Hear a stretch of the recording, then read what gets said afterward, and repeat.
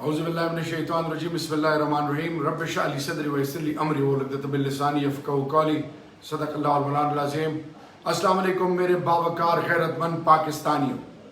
میرے پاکستانیوں، 5 اگست کو عمران خان جو پاکستان کے عوام کی دل کی دھڑکن، ایک ایسا قوم کا سپوت جو ناموس رسالت کے لیے اقوام عالم میں اسلاموفوبیا پہ مقدمہ لڑنے کے لیے اور پاکستان میں قانون اور آئین کی بالادستی کے لیے ایک ایسی سوچ اور فکر دینے والا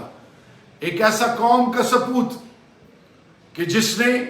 پاکستان کی بنیادوں کے حوالے سے نئے پاکستان اور مدینہ کی ریاست کی سوچ دی، جو پاکستان کے عوام کو پاکستان کی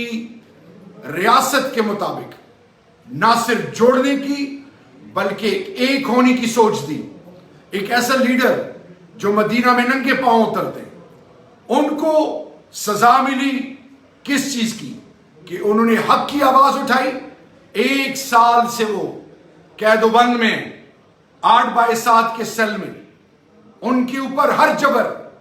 ہر ایک الزام لگایا گیا، ایسے مکروہ الزام لگائے گئے جو کہ انسانیت کے نام پہ دب ہے، لیکن سلام ہے ان کی سوچ کو اور ان کی تربیت کو کہ وہ ڈٹے ہوئے الحمدللہ۔ اور 5 تاریخ کے حوالے سے کل سوابی میں ایک عظیم الشان جلسہ عام ہو رہا ہے، اور خان صاحب کی ریکویسٹ پہ یہ ہو رہا ہے، تو پوری پاکستانی قوم، آپ سب کو دعوت ہے کہ کل سوابی کا جلسہ 14 مہینے بعد ہو رہا ہے۔ 8 فروری کو آپ نے تاریخ رقم کی۔ کل قوم کی تمام ماؤں، بہنوں، بیٹیوں، بزرگوں، جوانوں، ہر سوچ اور فکر کو یہ دعوت ہے خان صاحب کی طرف سے کہ آئین اور قانون کی بالادستی اور پاکستان کی عزت و نفس اور پاکستان کے مستقبل کے لیے، پاکستان کی یکجہتی کے لیے آپ لوگ نکلیں اور کل پرامن طریقے سے اس جلسے کو کامیاب کریں، تاکہ پوری دنیا اس کی گواہی دے کہ واقعی خان صاحب پاکستان کی آواز ہیں۔ اور اسی لیے اللہ نے ان کو پاکستانی قوم سے ایسے جوڑا کہ ہر فستائیت، قانون شکنی ہو رہی ہے، آئین شکنی ہو رہی ہے، ظلم اور جبر کا بازار گرم ہے، مہنگائی نے کمر توڑ دی ہے، لیکن ایک شخص ڈٹا ہوا ہے اور وہ ہے عمران خان۔ تو آئیں سوابی میں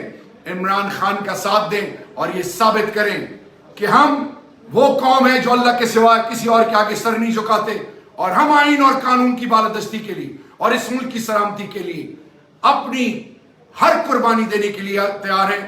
پاکستانی قوم، عمران خان، آپ ہمیشہ کے لیے زندہ باد اور پائندہ باد۔